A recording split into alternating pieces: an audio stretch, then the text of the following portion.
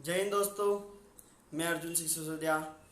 आप हम फिर एक बार जुड़ चुके हैं मध्य प्रदेश की सामान्य ज्ञान की चर्चा को लेकर। इससे पहले वाले लेक्चर में हमने मध्य प्रदेश की प्रमुख नदियों पर चर्चा की, तो हमारी कुछ और नदियां मध्य प्रदेश की बाकी रह गई थी, उनकी चर्चा आज हम करेंगे। तो पहले वाले लेक्चर में हमने कुछ खास नदियों की चर्चा करी थी, उसमें नर्मदा नदी को लेकर कुछ कमेंट्स आए थे और कुछ हमें बताया गया था कि मध्य प्रदेश की नर्मदा नदी की कुल लंबाई 13-12 किलोमीटर है। तो जी हाँ, मध्य प्रदेश की नर्मदा नदी की कुल लंबाई 13-12 किलोमीटर ही है। कुल लंबाई आ जाए तो 13-12 किलोमीटर ही है। ये चीज़ मैंने कल आपको वीडियो में आगे बताई भी थी। वो मैं बोलने में 13-52 लिख चुका था गलती से, जो कि गलत है। हालांकि मैंने वहाँ सुधार कर दिया था वीडियो में ही। वो 13-12 कुल आ जाए तो 13-12 किलोमीटर ही है नर्मदा नदी की कुल लंबाई। और पूछ ले कि मध्य प्रदेश में नर्मदा नदी कितनी बहती है, तो 1077। एक एडवांस में आपको बता दूं, मध्य प्रदेश की पूछ ले एमपी में नर्मदा नदी कितनी बहती है, तो 1077 किलोमीटर बहती है। और कुल लंबाई है, कुल कितनी है, तो 13-12। ठीक है, 13-52 गलत डाटा है। ठीक, इसके अलावा आज फिर हम अन्य प्रमुख नदियों पर चर्चा करेंगे। अन्य प्रमुख नदियों पर चर्चा करते हैं।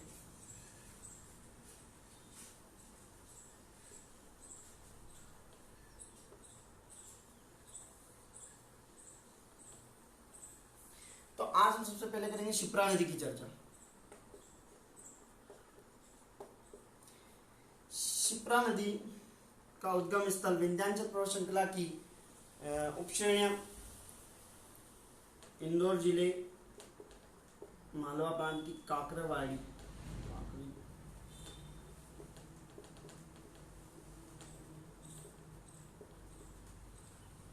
यहाँ से अपना शिप्रा नदी का उद्गम होता है।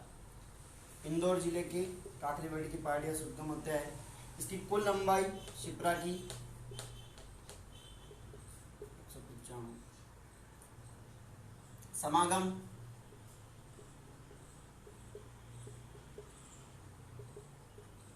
चंबल नदी में। इसके अलावा जिले देखें तो इंदौर, उज्जैन, धार, देवास, रतलाम, मंदसौर।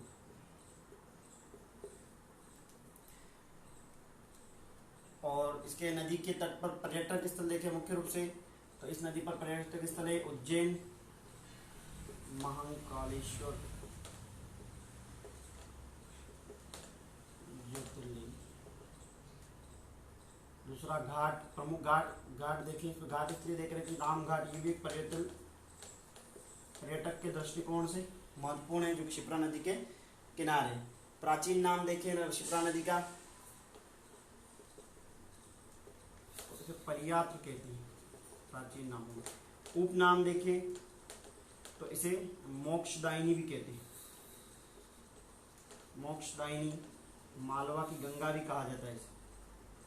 मोस्ट इंपोर्टेंट है, मोक्षदायिनी, मालवा की गंगा भी कहते हैं। प्राचीन नाम में इसे परियात्र कहते हैं, क्योंकि परियात्र के पहाड़ों से संबंधित ही ऐसा बताते हैं पुराणों में, इसलिए से प्राचीन नाम परियात्र है। तो अपन देखते हैं शिप्रा नदी। शिप्रा नदी का उद्गम स्थल है काकरेवाड़ी की पहाड़ियां, इंदौर जिला। इंदौर जिले से उद्गमित होकर धार, उज्जैन, देवास, रतलाम, मंदसौर जिले में बहती है। समागम चंबल नदी में, तथा चंबल की सबसे बड़ी सहायक नदी है शिप्रा। कुल लंबाई 195 इसकी कुल लंबाई है। इसके तट पर प्रसिद्ध पर्यटक स्थल देखें तो महाकालेश्वर का मंदिर, महाकालेश्वर ज्योतिर्लिंग उज्जैन। घाट की देखें तो रामघाट शिप्रा नदी पर है। प्राचीन नाम देखें तो परियात, उपनाम देखें तो मोक्षदायिनी है, फिर मालवा की गंगा। इसकी सबसे बड़ी सहायक नदी देखें अपन, इसकी सहायक नदी तो कान नदी, जो कि इंदौर जिले में अवस्थित है। इंदौर जिले में उद्गमित होती है। इंदौर जिला इसकी कान नदी के तट पर, कान नदी के तट पर इंदौर शहर बसा हुआ है। तो शिप्रा की सबसे बड़ी सहायक नदी कान नदी है। वैसे दरअसल कान नदी थी, वर्तमान में एक नाला के टाइप बहती है, जो इंदौर शहर का जितना भी गंदा पानी जिसे कहते हैं कान नदी थी, ये से और अभी वर्तमान स्थिति में जैसे शिप्रा को प्रदूषित ही करती है। तो कई मांग उठती कई बार कि कान नदी को शिप्रा से अलग करना चाहिए ताकि शिप्रा का शुद्धिकरण हो सके। इसका काम हालांकि चल रहा है। तो अपनी शिप्रा की सबसे बड़ी सहायक नदी हो गई कान, और शिप्रा की लंबाई देखें तो 195 इंदौर जिले से उद्गमित हुई है। चंबल की सबसे बड़ी सहायक नदी शिप्रा, महाकालेश्वर मंदिर उज्जैन जो कि शिप्रा नदी के तट पर है, रामघाट, और प्राचीन नाम देखें तो परियार, उपनाम देखें तो मोक्षदायिनी या मालवा की गंगा, और सहायक नदी है कान नदी। दूसरी सबसे बड़ी नदी देखते हैं अपन तो काली सिंध नदी। इसके बाद अपन दूसरी नदी की चर्चा करते हैं। तो दूसरी नदी अपने पास आती है काली सिंध।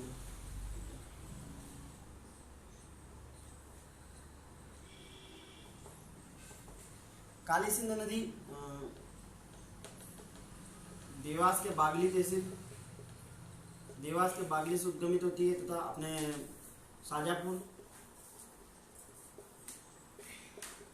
राजगढ़ में बहती हुई आगे जाकर चंबल नदी में समाहित हो जाती है। इसकी कुल लंबाई 150 किलोमीटर है। संबंधी जिले शाजापुर, राजगढ़, आगरमालवा ले सकते हैं आप, और समागम चंबल नदी में होता है। तो काली सिंध की सबसे बड़ी सहायक नदी देखें तो सहायक इसकी काली सिंध की सहायक तो एक नदी है चिल्लर। ये काली सिंध की सबसे बड़ी सहायक नदी है। काली सिंध किसकी सहायक है तो काली सिंध खुद चंबल की सहायक है। इसकी कुल लंबाई 150 किलोमीटर है। उद्गमित देवास के बागली से शाजापुर, आगरमालवा, राजगढ़ जिले में प्रवाहित होती है। दूसरी अपन आप बात करते हैं काली सिंध के बाद तो पार्वती नदी की। पार्वती नदी अपने सीहोर जिले के आष्टा से उद्गमित होती है। ये भी आगे चलकर अपने चंबल नदी में समाहित हो जाती है। ये अपनी चंबल बह रही है यहाँ पे बड़ी नदी, उसमें समाहित हो जाती है। इसकी कुल लंबाई 142 किलोमीटर है, 142। पार्वती की कुल लंबाई 142, उद्गम सीहोर जिला का आष्टा, समागम चंबल नदी में। ये छोटी छोटी नदियाँ हैं तो आपको मैं कम फैक्ट्स बता रहा हूँ, इतनी इंपॉर्टेंट नहीं है। उसके बाद आती है अपनी सिंध।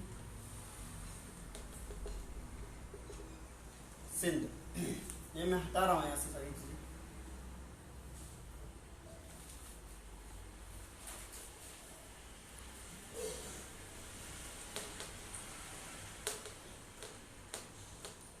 सिंध नदी की बात करें तो विदिशा जिले के सिरोंज तहसील से उद्गमित होती है। जिला विदिशा, तहसील सिरोंज। सिंध नदी की कुल लंबाई 200 किलोमीटर है। इस प्रकार कुछ बहती है। विदिशा जिला से उद्गमित हुई है सिरोंज तहसील से। कुल लंबाई की बात करें तो 200 किलोमीटर। विदिशा जिले की सिरोंज तहसील से उद्गमित होकर ये अपने विदिशा, गुना, शिवपुरी, ग्वालियर, दतिया जिले में बहती हुई फिर भिंड से होती हुई उत्तर प्रदेश में तक चली जाती है। तो यहाँ आ जाके यमुना नदी में अपनी चंबल नदी में ही समाहित हो जाती है। और ये कौन सी नदी गुना जिले में 2 भागों में बांटती है तो अपने यहाँ जिले देख लेते हैं। तो विदिशा के बाद अपना देख सकते हैं अपन यहाँ पर गुना, यहाँ पर शिवपुरी, ग्वालियर, भिंड और दतिया। अंत में चंबल नदी में भिंड के बाद समाहित हो जाएगी। चंबल नदी बह रही है अपने यहाँ, तो ये भी एक चंबल की सहायक नदी है सिंध नदी। अंत में कहाँ मिलेगी अपनी सिंध नदी, तो चंबल नदी में मिलेगी। तो गुना जिले को 2 भागों में बांटती हुई जाती है। तो कौन सी नदी गुना जिले को 2 भागों में बांटती है तो सिंध नदी। ठीक, ये बच्चों को क्वेश्चन आता है कि सिंध नदी जो है गुना जिले को 50-50 में 2 भागों में बांटती है। उसके अलावा सिंध नदी के किनारे, ये सिंध नदी के किनारे रतनगढ़ माता का मंदिर प्रसिद्ध पर्यटक स्थल है। रतनगढ़ माता का मंदिर जो कि दतिया जिले में अवस्थित है। ये दतिया जिला अपने मध्य प्रदेश की मैप में, राजनीतिक मैप में कुछ यहाँ पर अवस्थित है दतिया जिला। तो रतनगढ़ माता का मंदिर दतिया जिले में सिंध नदी के किनारे अवस्थित है। सिंध नदी गुना जिले के 2 भागों में बांटती है। सिंध नदी विदिशा जिले की सिरोंज तहसील से उद्गमित होती है। इसकी कुल लंबाई 200 किलोमीटर है और अंत में चंबल नदी में समाहित हो जाती है। तो अपनी ये सिंध नदी भी क्लियर होगी। उसके अलावा अपन बात करते हैं केन नदी की, थोड़ा मिटाना पड़ेगा साफ। तो दोस्तों अपन दूसरी सबसे बड़ी नदी की बात करते हैं तो अपने पास आएगी केन नदी। केन नदी का उद्गम विंध्याचल पर्वत श्रृंखला, विंध्याचल पर्वत श्रृंखला की उप श्रेणियां कैमूर श्रेणी, विंध्याचल पर्वत श्रेणी की उप श्रेणी कैमूर श्रेणी से कैमूर श्रेणी से विंध्याचल पर्वत श्रृंखला की उप श्रेणियां कैमूर श्रेणी से केन नदी का उद्गमित होती है। उसके पश्चात मध्य प्रदेश के पन्ना, छतरपुर और टीकमगढ़ जिले में बहती हुई उत्तर प्रदेश में बहती है। इसकी कुल लंबाई की अपन चर्चा करें तो इसकी मध्य प्रदेश में कुल लंबाई, देखो फिर मैं आपको बता रहा हूँ मध्य प्रदेश की लंबाई, इसमें मध्य प्रदेश में कितनी बहती है तो 292, और कुल लंबाई अब पूछ ले आपसे कि केन नदी की कुल लंबाई तो 427। ठीक है, एमपी में कितनी बहती है तो 292 और कुल कितनी बहती है तो 427। विंध्याचल पर्वत श्रृंखला की उप श्रेणियां कैमूर श्रेणी से उद्गमित होती है केन नदी, और मध्य प्रदेश के पन्ना, छतरपुर और टीकमगढ़, निवाड़ी जिले हैं यहाँ पर, ऐसे होती हुई उत्तर प्रदेश की में जाकर यमुना नदी में समाहित हो जाएगी। बांदा जिले में होगी उत्तर प्रदेश के बांदा, उत्तर प्रदेश के बांदा जिले में यूपी में यमुना नदी में समाहित हो जाएगी। कुल लंबाई 292, कुल लंबाई 427 किलोमीटर, मध्य प्रदेश में बहती है तो 292। ठीक है, इसके पश्चात अपन अगली नदी लेंगे टॉन्स नदी। इसमें एक और अपन देखते हैं परियोजना है तो केन बेतवा लिंक परियोजना, क्योंकि बेतवा नदी भी अपने बुंदेलखंड क्षेत्र की जीवन रेखा मैंने बताया था बेतवा नदी, तो ये भी बेतवा और केन नदी जोड़ो परियोजना, लिंक परियोजना, केन बेतवा लिंक परियोजना महत्वपूर्ण परियोजना इन दो नदियों पे बन रही है, केन बेतवा। इसके अलावा अपन दूसरी सबसे बड़ी नदी की बात करते हैं तो टॉन्स नदी।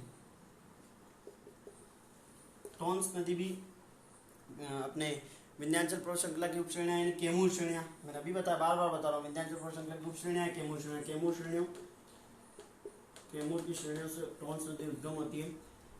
सतना जिले से उद्गम होती है, सतना जिले की मेहर तहसील के झुलेरी गांव, सतना जिले की मेहर तहसील के झुलेरी गांव के समीप से टॉन्स नदी उद्गमित होती है।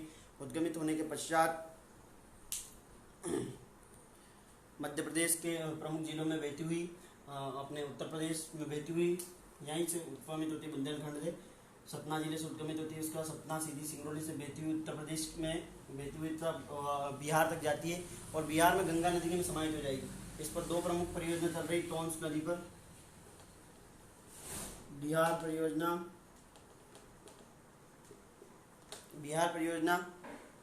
और एक और है टॉन्स परियोजना। बिहार परियोजना और टॉन्स परियोजना, दो परियोजना इस पर निर्माणाधीन है। इसकी कुल लंबाई देखें तो 320 किलोमीटर, कुल लेंथ है 320 किलोमीटर इसकी टॉन्स की। इसके दो उपनाम है तमस और तमसा, तमसा और तमस, और भी अन्य नाम है, प्रमुख रूप से इसे तमसा या फिर तमस नदी कहा जाता है। कुल लंबाई 320 किलोमीटर है। दो परियोजना इस पर महत्वपूर्ण है, टॉन्स परियोजना बिहार परियोजना कैमूर श्रेणियों से उद्गमित होती है, सतना जिले की मेहर तहसील के झुलेरी गांव से समीप से उद्गमित होती है और जाकर मिलेगी तो गंगा नदी में मिलेगी बिहार में। और केन नदी उद्गमित होती है तो कैमूर श्रेणियों से उद्गमित होती है, पन्ना छतरपुर जिले से बहती हुई उत्तर प्रदेश में यमुना जिले में मिलेगी। कुल लंबाई है तो 292, कुल लंबाई है 427, मध्य प्रदेश में बहती है तो 292। इसके अलावा ये अपने मध्य प्रदेश की कुछ अन्य प्रमुख नदियाँ थी। प्रमुख नदियाँ जो थी अपनी नर्मदा, चंबल, ताप्ती, सोन, बेतवा, ये अपन इससे पहले वाले वीडियो लेक्चर में चर्चा कर चुके हैं। और अन्य प्रमुख जैसे थी शिप्रा, केन, टॉन्स, पार्वती, सिंध, काली सिंध, इनकी चर्चा अपन कर चुके हैं। इसके अलावा भी मध्य प्रदेश में अनेक छोटी नदियों का उद्गम है, जैसे कि कूनो और एक और है अपनी कुंवारी। ये दोनों शिवपुरी के पठार है, शिवपुरी जिले से उद्गमित होती है। कौन कौन सी? एक तो कूनो और दूसरी है कुंवारी, दोनों ही शिवपुरी से उद्गमित होती है, शिवपुरी के पठार से, और जाकर मिलती है अपनी चंबल में। और जो अपनी कूनो नदी है जो कि शिवपुरी के पठार से उद्गमित हो रही है, ये पालपुर कूनो जो राष्ट्रीय उद्यान है मध्य प्रदेश के शिवपुरी में, उसके मध्य से होकर गुजरती है। ये प्रश्न भी कई बार पूछा चुका है कि पालपुर कूनो राष्ट्रीय उद्यान से कौन सी नदी गुजरती है, तो कूनो नदी गुजरती है, कुंवारी। इस प्रकार कई और छोटी मोटी नदियाँ हैं, जैसे मंदसौर जिले में शिवना नदी, और जो इस प्रकार जो छोटी मोटी नदियाँ हैं वो आप खुद से स्वयं से अध्ययन करने के प्रयास करिएगा। उसके अलावा भी अगर आपको कोई मतलब डाउट हो, कोई प्रश्न हो, आपको नहीं मिल पा रही वो छोटी नदियाँ, तो हमें कमेंट कीजिएगा, तो हम और छोटे स्वरूप में और जो छोटी छोटी नदियाँ हमने छोड़ी है जो इम्पोर्टेंट नहीं है परीक्षा की दृष्टि से, वो भी आप हमें कमेंट बॉक्स में बताइए, तो फिर हम उन पर भी चर्चा कर लेंगे एक लेक्चर में। और प्रमुख नदियाँ यही है जो मैंने आपको इससे पहले वाले लेक्चर में बताई, और अन्य प्रमुख नदियाँ जो आज बताई। इससे रिलेटेड अगर आपको कोई डाउट हो, कोई प्रश्न हो, तो आप प्लीज़ हमें कमेंट बॉक्स में कमेंट करें, हम आपके डाउट को क्लियर करने का प्रयास करेंगे। और हमने कोई गलत डाटा, कोई गलत इन्फॉर्मेशन, जैसे कल भी कंफ्यूजन में हो गया था, तो ऐसा कोई हो तो आप बिल्कुल कमेंट बॉक्स में कमेंट कीजिएगा। ठीक है दोस्तों, धन्यवाद। आप इस चैनल को ज़्यादा से ज़्यादा लाइक करें, शेयर करें, सब्सक्राइब करें।